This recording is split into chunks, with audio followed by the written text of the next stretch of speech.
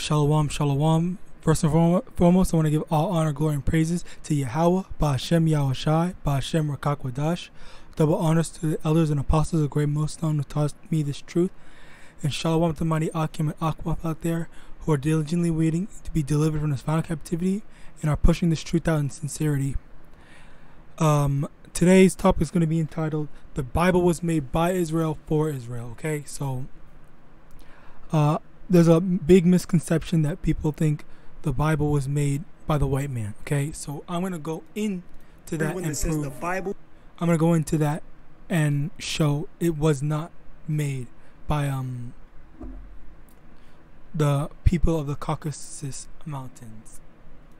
Is a white man's book. The original translation written by King James and the men that were with him, they were all black. But you would only know this if you understood that we ruled Europe for hundreds of years, way longer than the people that are in power now became in power. And Benjamin Franklin proves this in an article that you can Google. All you got to do is type in the phrase swarthy Germans and then Benjamin Franklin's name, and the articles will pop right up. Literally, the first one says a history of a... Okay, so that's American it for the anti-immigrant. That's it for that video. I'm actually going to be going into that, the article that he's going to go into. Basically, number one is the fact that yes, the so-called black people, who are the Israelites, were in Europe prior. Okay, and like he said, Benjamin Franklin said he hated the Germans, but we know the Germans to be white people today. Okay, but if we actually look at the if you actually look at the history, let's look at what Benjamin Franklin says. The other objection that Benjamin Franklin had to German immigrants was their swarthy complexions. Okay, so let's look at swarthy. The word swarthy.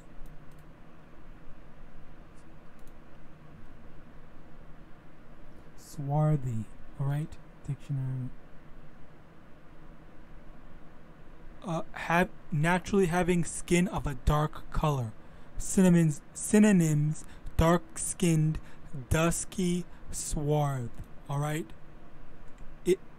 That's what he's saying, that swarthy complexion, meaning that the Germans were dark skinned at that time.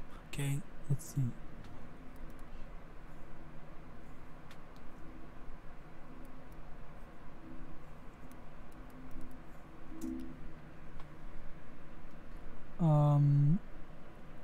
During the time around the during the 1700s. Okay. Basically, yeah, during 1700s. But where is that? So already swarthy complexions, which was an affront to the purely white people who originally settled or slaughtered in America. And also, I'm gonna have a link to this video in my description. You can go watch the rest of it. He goes into it himself, but I'm gonna go expand into different aspects of this. So, like he said, Benjamin Franklin said the German immigrants were dark-skinned or swarthy or dark-skinned, and then it was an affront to the purely white people who originally settled in America. Okay. Action or remark that causes outrage or offend the modest. So basically, they thought it was an insult to have all those dark-skinned Germans be around the purely white skin that stole America. Realistically, honestly. All right. So right there we see that we're gonna go into Deuteronomy chapter 28. Where is it? Deuteronomy chapter 28 verse 37. And thou shalt become an astonishment, a proverb and a byword among all nations, whither the Lord shall lead thee. Okay, so swarthy Germans is a byword. Niggers and all that the words that they call so-called black people today, and even not even just black people, but the Native Americans and the so-called Hispanic people, because they are the so-called blacks, so-called Hispanic, and so-called Native Americans are all Israelites. Okay, that's the them getting called bywords. All right.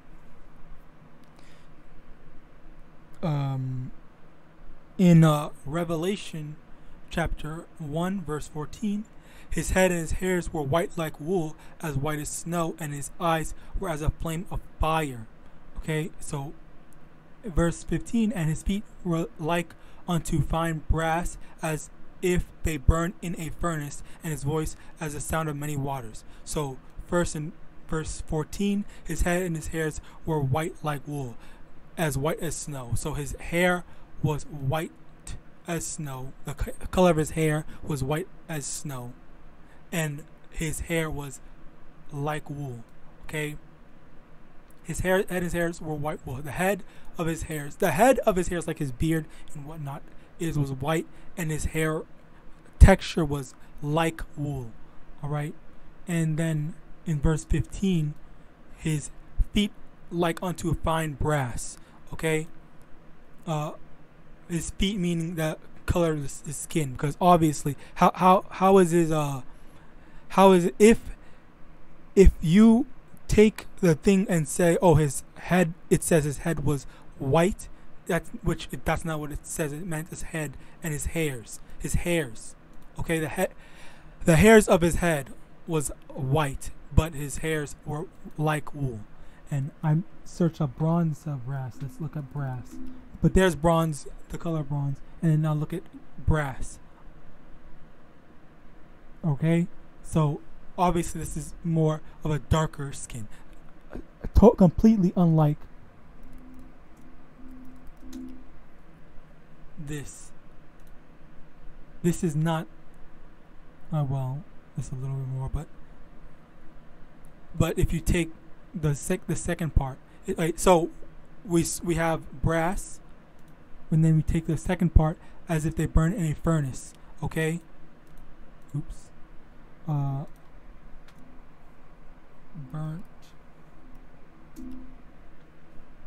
Burnt brass. Okay. So now it becomes even darker from what we had before. We had this, yeah, kinda looks like this, but then kind of looks like more like this, and maybe this a little bit, but not really. And then burnt, you take it as it's burnt over here, darker. So it would have to be a darker skin complexion.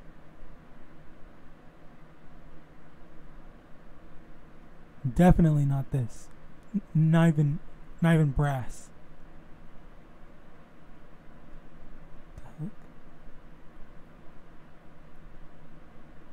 But basically a dark skin color, not these extremely light ones.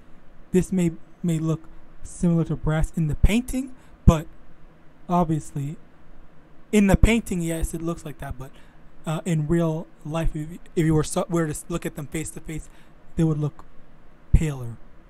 But at the end of the day, it burnt brass, as in, this is the skin complexion. All right, so another moving on from that, the next thing I want to go into is who is the Bible about? Who did God make a covenant with? Who is God speaking to in the Bible? Who is being referred to in the Bible? Okay, so very clearly everyone knows, Old Testament and all that the Old Testament is talking about the Israelites. No one would contest, I believe, would contest that. They know that the Old Testament is talking about the Israelites. The problem is most people will think that, okay, so because God abandoned Israel or done away with Israel, or Israel rejected Christ, that we're done with that, then that means that God opened up to everyone. But where does it say that God abandoned Israel or done away with Israel or is no longer dealing with Israel? Okay, it nowhere in the Bible does it say he changed from just Israel to everyone, and no one can find that scripture. All right.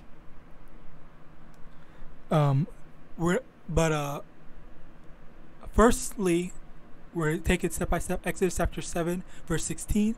And thou shalt say unto him, the Lord, and thou shalt say unto him, the Most High Power of the Hebrews hath sent me unto thee, saying, let my people go, that they may serve me in the wilderness. And behold, hitherto thou wouldest not hear. Over here it's saying, the Lord God of the Hebrews, okay? God of the Hebrews, not God of everyone, not God of the Egyptians, because he was talking to this is God this is Most High talking to Moses, telling Moses what to say to the Egyptian Pharaoh at the time, okay? And he's saying, God is saying, whose true name is YAHAWAH, all right? He's saying to Moses to tell the Pharaoh that the God of the Hebrews, the Hebrew Israelites, is telling him to let my people go. Let my people go, not let everyone go. The Israelites exclusively, okay, possessively. All right. So that shows it is talking about God, the Most High God, Yahweh, is the God of the Israelites. All right. Now, moving on to Matthew chapter 1, verse 21. And she shall bring forth a son, and thou shalt call his name Jesus, or his true name YAHAWASHI, for he shall save his people from their sin. Okay. Now, again, she shall bring forth a son, and thou shalt call his name YAHAWASHI, for he shall save his people from their sin. Okay? And if you look at the rest of chapter 1 of Matthew, it shows the lineage of YAHAWASHI. Okay? If we go down to, where is it? Okay, here. Verse 15, verse 16, and Jacob begat Joseph, the husband of Mary, of whom was born YAHAWASHI, who is called HaMashiach, which Christ is called HaMashiach. Okay, so it goes down the line. It goes down the line to state the lineage. Okay, the book of the generation of YAHAWASHI HaMashiach, the son of David, the son of Abraham. Okay, if YAHAWASHI is the son of God and he doesn't have an earthly father, how is YAHAWASHI being called the son of all these men? Okay, it even goes down and says Nathan, who begat Jacob, and Jacob begat Joseph, the husband of Mary. This is all YAHAWASHI and Joseph's lineage. It's not Mary's lineage. This doesn't go. If Mary was the sole pedigree of YAHAWASHI, then why would they mention Joseph? It does not make sense. Okay, they just went through Joseph in order to show his father's lineage, because it is by the father, and we're going to get that in Numbers chapter 1 verse 18. Okay, I had it out. Numbers chapter 1 verse 18. And they assembled all the congregation together on the first day of the second month, and they declared their pedigrees after their families by the house of their fathers, according to the number of the names, from 20 years old and upwards, by their polls. And they over here says, and they declared their pedigrees after their families by the house of their fathers. Okay, let's look at pedigrees. Pedigree chart is a diagram that shows the occurrence and appearance of phenotypes of a particular gene or organism and its ancestor from one generation to the next, most commonly humans. Okay, where is the definition? I'm just typing definition there. Yeah, you can see I already searched up pedigrees for previous videos. The record of descent of an animal showing it to be purebred, or the recorded ancestry, especially upper class ancestry of a person or family. Okay, that's what it was done for YAHAWASHI. Okay, and there's a lot more. It shows a lot more. Like there's one for Adam to Seth, all the way down to Noah, and then other pedigrees. Okay, but yes, this does show. This one does show the pedigree of YAHAWASHI, who is the son, the blood son of Joseph. It's not no virgin birth, because virgin basically meant like maiden. Maiden is basically the same usage in that word, in that context. Okay, and in addition to that, it's also said he was sent to save his people. Okay, Matthew chapter 27 verse 11, and Matthew chapter 27 verse 11, and YAHAWASHI stood before the governor, and the governor asked him, saying, Art thou the king of the Jews? And YAHAWASHI said unto him, Thou sayest, the king of the Jews. He said that YAHAWASHI is the king of the Jews, not the king of everyone, the king of all the believers, the king of Christians. None of that. It's just the king of the Jews, or the king of the Israelites. All right. Continuing onwards, in Romans chapter 9, verse 3, for I could wish that myself were accursed from Hamashiach for my brethren, my kinsmen, according to the flesh. Okay, according to the flesh mean that the fleshly, the Israelites according to the flesh mean the Israelites according by blood, the bloodline. Okay, excuse me, meaning that it is the Israelite. Verse 4, who are Israelites, to whom pertaineth the adoption and the glory and the covenants and the giving of the law and the service of Yahweh and the promises. Okay, according to the flesh, who are Israelites, meaning according to the bloodline, who are Israelites, which the Israelites are the ones who pertain, to whom pertain the adoption, glory, covenants, giving of the law, and the services of Yahweh. Okay, and the promises. All the promises are not for everyone. It's only for the Israelites, who are the so-called blacks, Hispanics, and Native Americans. All right, and all that have been scattered abroad. Okay, and we're gonna get into that, because in addition to the so-called blacks, Hispanics, and Native Americans, Israel has been scattered across the four corners of the earth. Okay, as we talked about how Benjamin Franklin talked about how the Germans were swarthy, and he didn't want them, coming to America.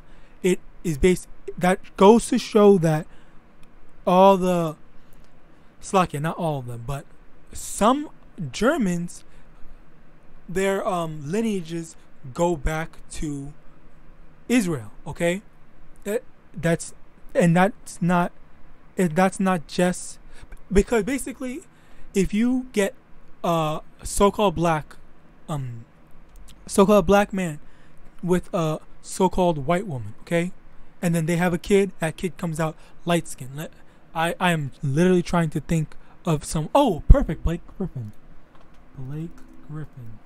Okay, so he looks like this. Does that mean he's white? No, of course not. His father. I just saw there. His parents. Where is it? There is. See? look at the huge I think that's, yeah, this is it. Look at the huge contrast. This is his father and this is his mother. Okay, they had him. Okay, him. Okay, does that mean that he's white? Of course not. He's an Israelite because of his father, as it says in Numbers chapter 1 verse 18. So now if he has a child, let me see if he actually has a child. Children.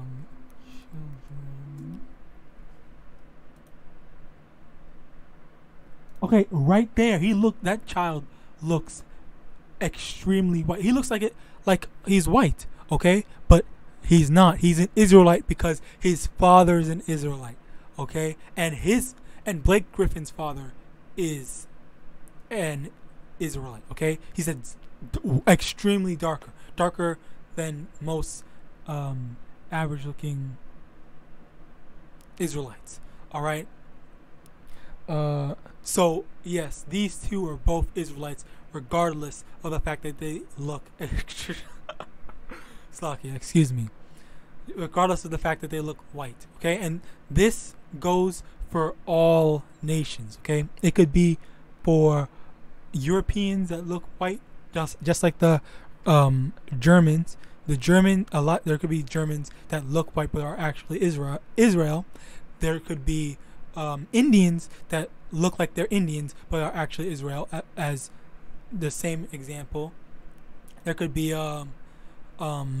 Chinese, Japanese, whatever, all nations, as long as their father's bloodline goes back to Israel, Abraham, Isaac, and Jacob, they are Israel. If their parents' lineages, father's lineages date back to that.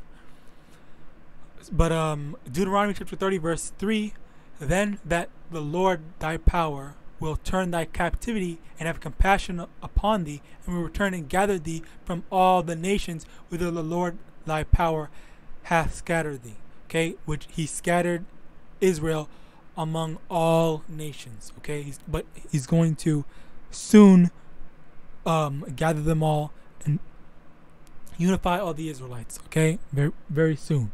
And we're living in those end times, all right?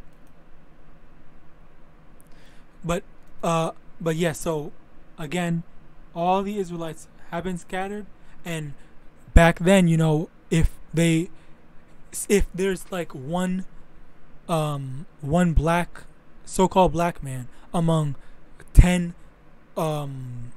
white women, obviously he's gonna 10 white women and 2 black women. Chances are he's going to get with the white women, just because in terms of it's going to be a lot harder to find and mingle with the so-called black women. And as you go from generation to generation, you know, if they are still mingling with the lighter race, or not even the lighter race, but the other races, then the lineage is obviously going to, the phenotype, which is the appearance, outward appearance, is obviously going to change, but it doesn't change the fact that they are Israelites if their father is an Israelite. All right. Exodus chapter 24 verse 8. We're gonna go in, this is going into who did the Most High Yahweh make a covenant with. Okay. Well, Exodus chapter 24 verse 8, and Moses took the blood and sprinkled it on the people and said, behold, the blood of the covenant which the Most High hath made with you concerning all these words. So this is where the covenant was made. This is the old covenant. Okay. Now, a lot of people, or a lot of Christians, I guess, will say that, not even just Christians but others, a lot of Christians will generally, or people who deal with the Bible, will say that we are in the new covenant right now. Okay, so we're not in the old covenant, so we don't have to keep the laws. All right, that is what they will say. Let me get so we don't have to keep the laws. That's wrong. Okay.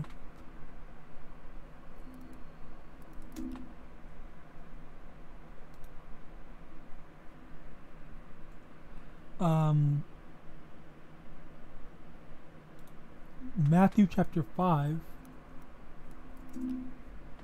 verse 17. Think not that I am come to destroy the law or the prophets. I am not come to destroy, but to fulfill. For verily I say unto you, till heaven and earth pass, one jot or one tittle shall in no wise pass from the law till all be fulfilled. Okay, so this is YAHAWASHI speaking, saying that he didn't come to destroy or get rid or nullify the Old Testament or all the laws that come into the Old Testament, meaning that we have to try that, meaning that we're still obligated to be keeping the Old Testament laws. Okay, we're not allowed to eat pork. We're not allowed to eat shellfish and all these other abominable foods. Okay, and not everything is clean. Okay, because YAHAWASHI said he didn't come to destroy it or the prophets. Okay, it's not. Oh, now because of YAHAWASHI, everything back then it doesn't matter. Or with a lot of Christians, they said, oh, only the Old Testament, only the New Testament matters. You only basically they only read and they only take from the New Testament. Okay, that's basically what they do, but it's not wrong, as he said he didn't come to do away with it, to fulfill. And he said, till heaven and earth pass, one jot or one tittle shall in no wise pass from the law till all be fulfilled. All things have not been fulfilled, meaning that we still have to keep the law. Okay, and to get into what is the New Testament, we're going to read Jeremiah chapter 31 verse 31. Behold, the days come, saith the Lord, that I will make a new covenant with the house of Israel and with the house of Judah, not according. Okay, so let me go slow down. So the Most High is going to make a new covenant with the house of Israel and with the house of Judah. So already, everyone's not going to be in the new covenant. The new covenant is only for the house of Israel and the house of Judah, meaning all the so-called blacks, Hispanics, and Native Americans, as well as the scattered Israelites among all the other nations. Okay. Verse 32, not according to the covenant that I made with their fathers in the day that I took them by the hand to bring them out of the land of Egypt, which my covenant they break, although I was an husband unto them, saith the Lord. But this shall be the covenant that I will make with the house of Israel after those days, saith the Lord. I will put my law in their inward parts and write it in their hearts, and will be their power, and they shall be my people. And they shall teach no more every man his neighbor and every man his brother, saying, Know the Lord, for they shall all know me, from the least of them unto the greatest of them, saith the Lord. For I will forgive their iniquity, and I will remember their sin no more. Okay, so he's going to put the law in our inward parts. Okay, and there's not going to be any more teaching. No one's going to be teaching people. Okay, meaning this obviously is saying that if we were in the new covenant, how are people still teaching? If someone believed we are in the new covenant, how are people teaching other people about the new about the Most High Yahweh? Okay, it does not make any sense. Everyone, it says, and they shall teach no more every man his neighbor and every man his brother, saying, Know the Lord. Okay, for they shall all know me. Everyone that is in the new covenant would already know him. Okay, outside of the fact that it is only for the house of Israel and the house of Judah. Okay, so very clearly we are conclusively not in the New Testament, the new covenant. Okay, and that's basically most of the misconceptions that people have about the Bible and the scriptures. Okay, so no, we're not no Christians, we're not no any label that requires a religious belief. This is not no religion. Okay, this is a heritage. This is a nation of people. Okay, the Hebrew Israelites, God's chosen people. All right, and with that, I hope this lesson was edifying. I want to give all honor, glory, and praises to YAHAWAH, BaHashem, YAHAWASHI, BaHashem, YAHAWADAH. Double honors to the elders and apostles of Great Millstone who taught me this truth. Salutations to the mighty Akim and Akwath out there, which Akim is brothers and Akwath are sisters. And with that, I want to say Shalom.